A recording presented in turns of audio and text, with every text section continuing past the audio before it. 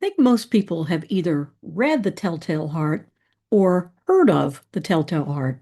If you haven't read it, I'll link it in the description. It's a great story. It's Edgar Allan Poe's most famous story. The old man sleeping in his bed, the murderer who cannot escape his own guilt, the heartbeat that grows louder and louder in the killer's imagination until he confesses everything just to make it stop. Now, most people think it sprang fully from Poe's extraordinary imagination. But what you may not know is where he actually got the idea. It began on the night of April 6th in 1830 in Salem, Massachusetts, where so many New England stories are born, with the light of a full moon stealing through the windows of 128 Essex Street, Salem, Massachusetts. In 1790, Salem was the 10th largest city in America. It was a major port, ships coming and going from every corner of the world, fortunes being made and spent and passed down through families who had been there since the beginning of the colony. Salem was a town that was already carrying something dark in its history. In the 1690s, 19 men and women had been hanged for witchcraft in Salem. The town has lived with that ever since. And in 1830, a Rhode Island newspaper said what everyone already knew. Salem was forever stained with blood, blood, blood. 128 Essex Street stood near the center of all that history, one of the grandest houses in Salem. A red brick facade, a portico with white Corinthian columns, a roof balustrade carved of wood, built in 1804. It was a symbol of prosperous and proper New England domesticity. And inside it, an old man in his 80s, some sources say 82, others say 83, who was not beloved. Captain Joseph White had made his fortune as a shipmaster and trader. He was a former slave trader. The triangular trade had built that house, had paid for those Corinthian columns. He was a childless widower in his 80s, one of the wealthiest men in Salem, and not, from all accounts, a popular guy. In fact, he was a domestic tyrant. He used his enormous fortune as a weapon, changing his will at a whim to keep the people around him in line, rewarding compliance and obedience, and punishing independence with the casual cruelty of a man who always had more money than anyone could take from him. When his grandniece Mary married a young man named Joseph Knapp Jr. without White's consent, White disinherited her on the spot, and he fired Knapp from his position as master of one of White's sailing vessels.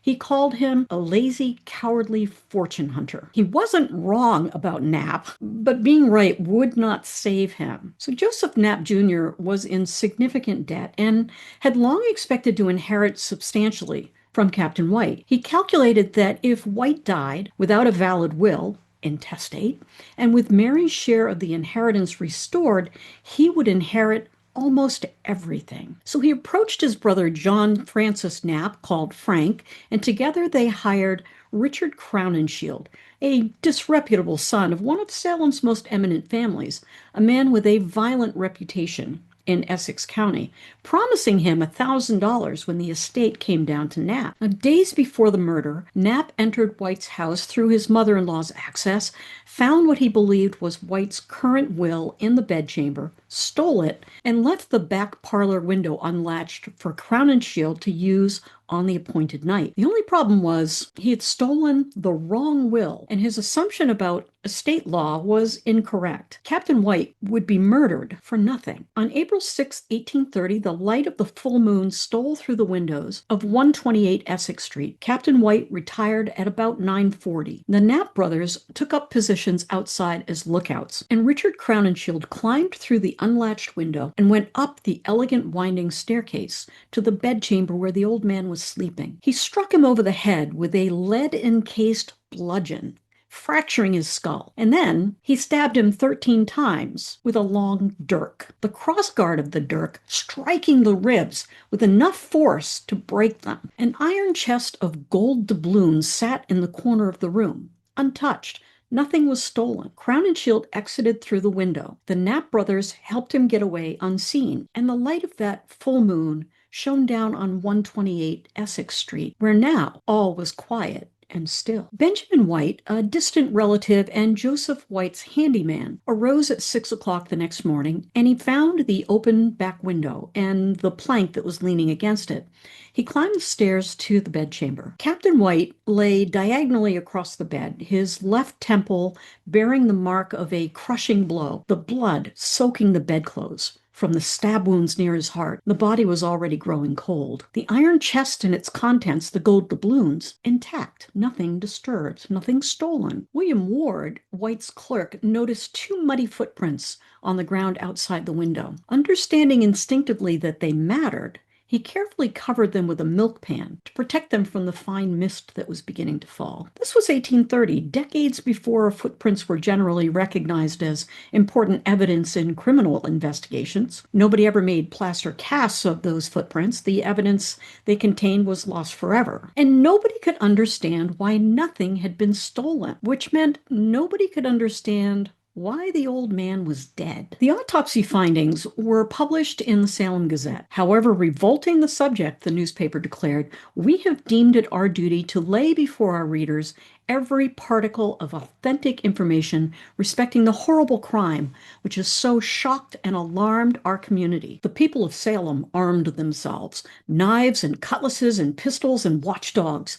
There was a murderer at large. The sound of new locks and bolts being hammered in place was everywhere. Longtime friends grew wary of each other. Stephen White, the murdered man's nephew, was seized by the collar by his own brother-in-law and accused of the murder. A 27-man committee of vigilance was appointed with the power to search any house and to interrogate any individual. They offered a $1,000 reward for information. But the investigation went nowhere. There were too many suspects. Too many people disliked this guy. There was too little evidence, and nobody knew why nothing had been stolen. The break in the case came from two different directions simultaneously. A petty criminal named Hatch was confined in a jail in New Bedford, 70 miles from Salem. He let it be known that he had information. He had been associating with Richard Crowninshield before the murder and had heard him discuss his intention to kill White. The Committee of Vigilance brought Hatch in chains to testify. On May 5th, the grand jury indicted Richard Crowninshield for murder. His brother George and two associates were charged as accessories.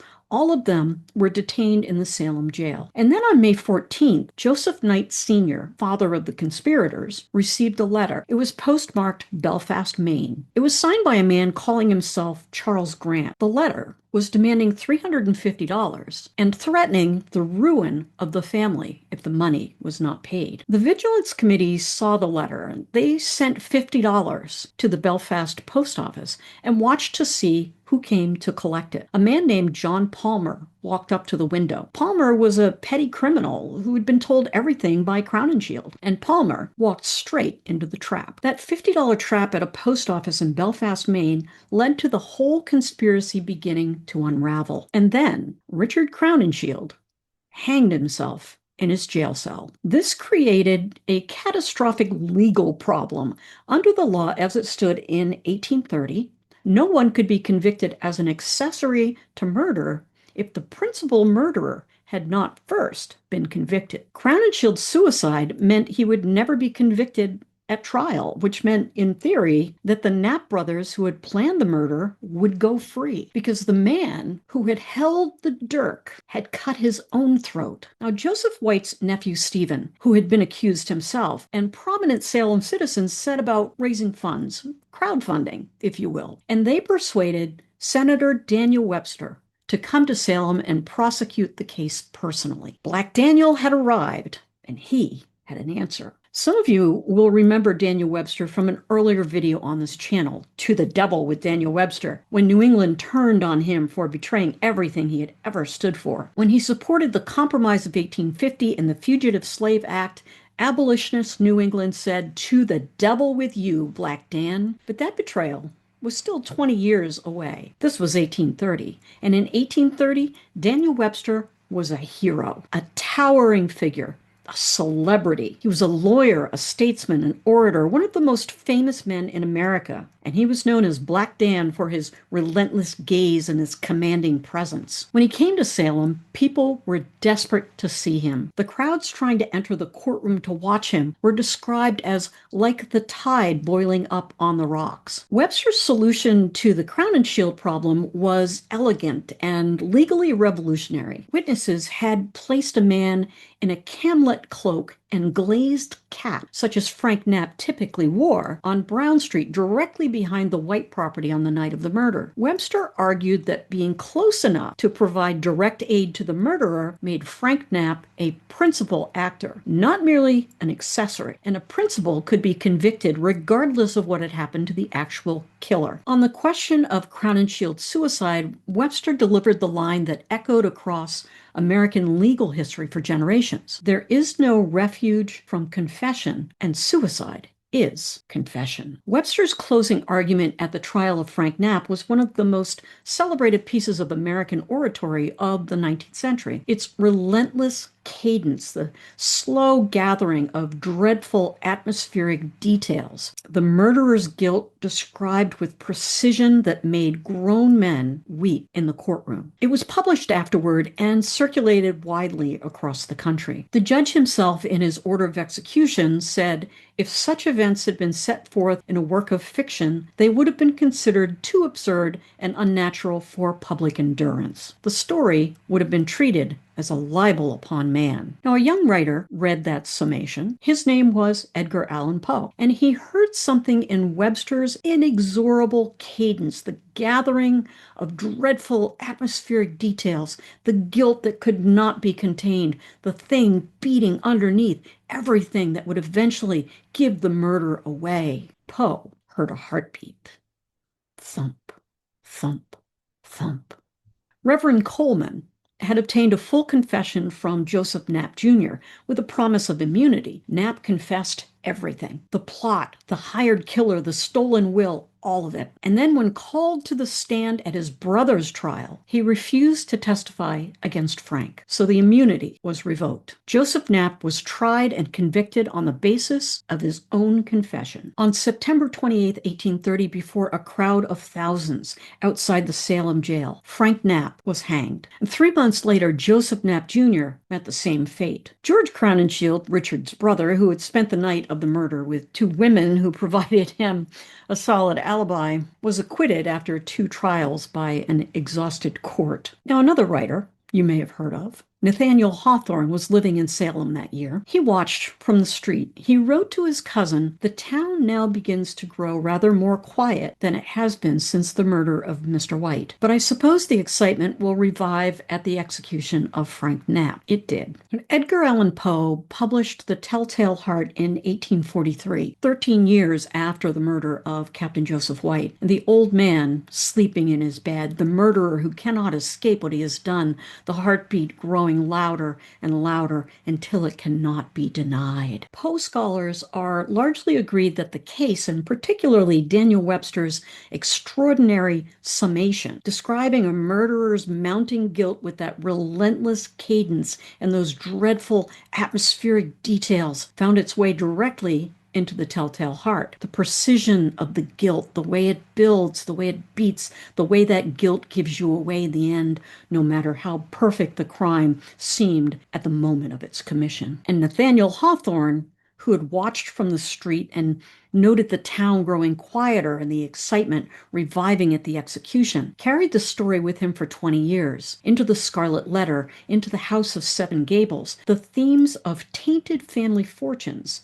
and torrential guilt and the retribution that always comes in the end to those who believe they have escaped it. The murder at 128 Essex Street never quite stopped reverberating. The heart continues its steady thump, thump, thump. And one more thing the murder of Captain Joseph White gave us that most people don't know. The Knapp brothers were convicted on pure circumstantial evidence. No eyewitnesses to the actual murder, no confession at trial, no direct physical evidence connecting them to the act itself. Webster's argument established the legal framework for convicting conspirators as principals, from building a murder conviction from circumstantial evidence alone that still shapes every murder trial in America today. Every time a prosecutor builds a case without an eyewitness, every time a jury convicts on the basis of circumstantial evidence, they are building on what Daniel Webster established in a courtroom in Salem in 1830. The echoes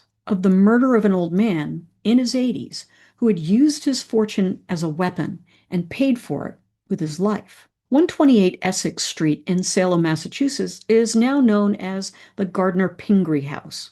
It's part of the Peabody Essex Museum and has been restored to its 1804 grandeur. The red brick facade, the white Corinthian columns, the carved roof balustrade, still elegant, still standing, still on Essex Street in the city was forever stained with blood. And I want to give a quick shout out to the Peabody Essex Museum. Go to their website and find the photograph of the staircase inside the Gardner-Pingree house.